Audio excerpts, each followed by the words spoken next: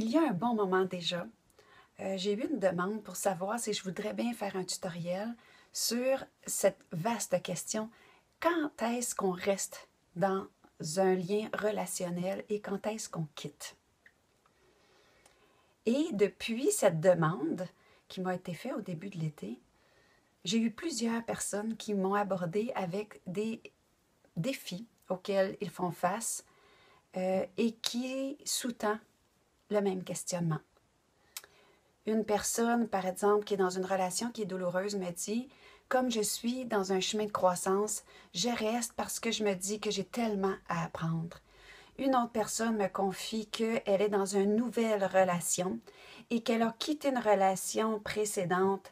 Elle dit « C'était très facile, je pouvais être complètement moi, mais j'avais l'impression que c'était premier degré et je voulais des enfants et je pense pas que cette personne-là était trop de base. » aurait pu être le père de mes enfants. Maintenant, je suis dans une nouvelle relation qui me demande beaucoup au niveau de la croissance, quelqu'un qui me ressente continuellement, mais je pense que j'avance. Une autre personne me confie qu'elle a coupé des liens avec sa famille parce que c'était excessivement douloureux et que ces gens-là qu'elle aimait pourtant infiniment la tiraient tout le temps vers le bas et elle avait l'impression qu'on allait chercher toujours le pire d'elle alors que c'est quelqu'un qui me partageait, avoir l'impression d'avoir énormément de wow à partager. Une autre personne me parle d'une rencontre qu'elle a faite, qui est une connexion presque instantanée d'âme, mais c'est quelqu'un qui n'est pas complètement disponible et autant elle vit des moments de wow total quand il y a rencontre, autant que la détresse la submerge dans les périodes d'absence. Et j'ai laissé porter en moi tous ces questionnements qui sont très humains et très pertinents qu'on se pose chacun à notre tour dans nos relations. Et j'ai demandé vraiment la guidance parce qu'il n'y a pas de réponse simple à des problèmes complexes, surtout quand on parle de relationnel, parce que toutes nos blessures étant relationnelles, c'est dans ce terreau-là que oui, on fait des apprentissages, mais qu'émerge la guérison et la croissance. Pour ma part, j'ai eu les mêmes questionnements que tous ces gens-là à intervalles réguliers et encore. Et la chose qui s'est dessinée pour moi très clairement, et c'est ce dont je veux vous partager. Donc, je n'ai pas une réponse. Je vais vous partager mon éclairage. Et si ça fait du sens pour vous, si c'est pour vous un crampon sur lequel vous accrochez quand vous passez au travers de ces défis-là, bien, je vais être contente d'avoir réussi à contribuer un peu.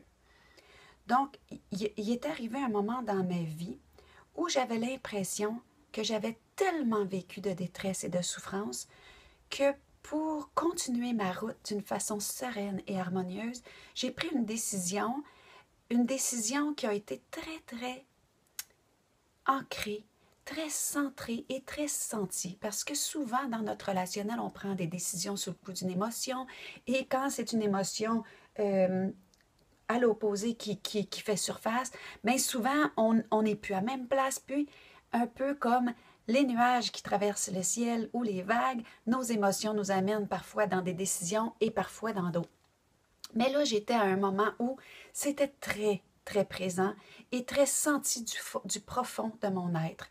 J'ai décidé que l'adulte que je suis deviendrait le parent de mon espace enfant souffrant, surtout relationnellement. Et j'ai pris un engagement, les yeux dans les yeux, avec cet enfant intérieur que j'étais vraiment tannée de voir souffrir. Et je lui ai dit, à partir de maintenant, quand la relation va m'amener dans plus de souffrance, dans plus de tourments intérieurs, quand la relation va m'éloigner de la paix et de la sérénité qui est en moi, je vais faire un choix de me retirer. Et j'ai été longtemps dans des relations où je me disais, mais tant que j'avance, tant que je grandis, je suis à la bonne place. Mais quand cette décision-là, pour moi, s'est prise, je me suis rendu compte, ça c'est la vie qui m'a montré par les conséquences de mes décisions, que il n'y avait rien qui était plus, je vais dire ça comme ça, grandissant, qui m'amenait plus dans l'espace exact où je voulais être, donc devenir le meilleur de moi, que dans ces moments où je prenais des décisions extrêmement courageuses, de m'aimer, de me respecter et surtout de rester dans des espaces de paix et de sérénité. Et quand on prend des décisions comme ça, souvent il y a une période de grand vide et de grand serrement intérieur. C'est jamais facile. C'est toujours déchirant parce qu'on laisse beaucoup de choses qu'on aime. On laisse des parts auxquelles on est attaché. Parce qu'on n'aime pas les gens, ou on n'est pas attiré, ou on n'est pas en lien avec des gens qui portent juste du noir. Il y a toujours du beau. Toujours du beau. Et de prendre la décision de s'aimer d'abord et avant tout, ça implique aussi qu'on va laisser des choses qu'on aime. Mais dans la mesure, est-ce que c'est plus souffrant? Est-ce que ça m'amène dans des effervescences loin de la paix? La personne qui me dit qu'elle est en lien avec quelqu'un qui la recentre et qu'elle pense qu'elle est dans une meilleure relation que dans celle qui coule et qui est trop facile, c'est un chemin et c'est un choix et c'est correct. Tout est parfait. Mais moi, j'ai envie de vous dire que je pense qu'il faut donner un grand espace aux êtres qui nous donnent le contexte favorable pour être complètement soi. Quand on me dit « ça me permet de travailler sur moi, ça me permet de me parfaire, ça me permet d'être plus ci ou plus ça », plus j'avance sur mon chemin de conscience, plus je sens que on n'a pas à chercher à travailler sur soi. On a à rester focusé sur être qui l'on est déjà réellement. Et quand on est en contact avec cet espace où je suis moi, en ce moment présent, où j'ai mes goûts, où j'ai mes élans, où j'ai mes retraits, où mes façons de faire sont les miennes, où il n'y a pas trop de compromis, ce que j'appelle les promesses de con, je deviens, dans cet espace-là, tellement proche de moi et en bienveillance avec moi-même que cette bienveillance-là s'applique automatiquement dans ma vie. Donc, il y a une souplesse face aux autres, il y a un accueil, il y a une acceptation, il y a un accueil bienveillant des autres, mais ça ne vient pas empêcher le fait que moi, je puisse être complètement moi. J'ai vu dans ma vie des relations me tirer vers le meilleur de moi. J'ai vu dans ma vie des relations m'amener au pire de moi et je vous garantis que tous les êtres humains, aussi éveillés qu'ils puissent être, portent le meilleur et le pire. Et comme on porte les deux, on peut faire le choix de ce qui stimule le meilleur de soi. Et le meilleur de soi, c'est toujours ce qui vous permet d'être vous. Si vous restez collé à vous, si vous choisissez votre paix intérieure, la joie, l'émerveillement, vous savez, ces grandes émotions qui sont des émotions d'ouverture, des émotions de joie, de wow, de surprise, d'émerveillement, de plaisir, c'est des émotions d'ouverture. Et pourtant, souvent, on va aller dans les émotions qui nous causent du retrait en disant qu'on veut aller dans notre plein déploiement.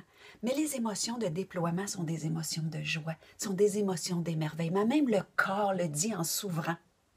Alors que quand on est dans la peur, quand on est dans toutes les réflexions, devrais-je pas, est-ce que l'autre a raison, est-ce que sa vérité est meilleure que la mienne, quand on est dans ça, on est dans tout plein d'affaires qui nous contractent et nous amènent en fermeture, donc très loin de ce qu'on veut réellement, qui est d'être le meilleur de soi.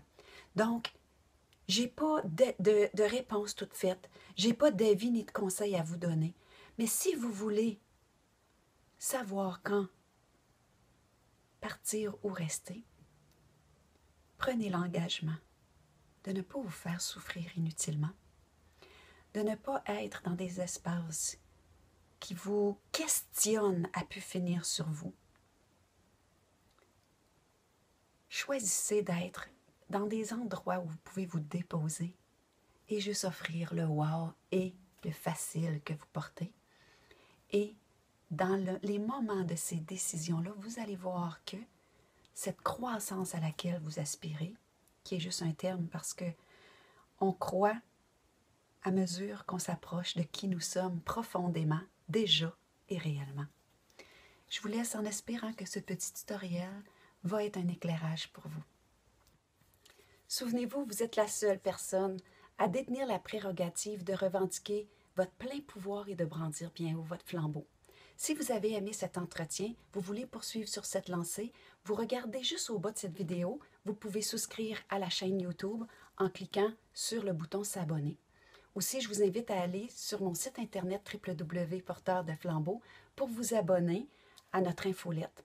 Ça va vous permettre de recevoir toutes nos nouveautés parce que c'est une merveilleuse façon de se donner la main, de se coller au feu qui brûle chez quelqu'un et ainsi s'enflammer. Donc, j'espère pour vous être un éveilleur, un soutien dans vos creux de vague et je veux vous dire au plaisir. Merci infiniment de me donner le privilège de faire partie de vos déploiements.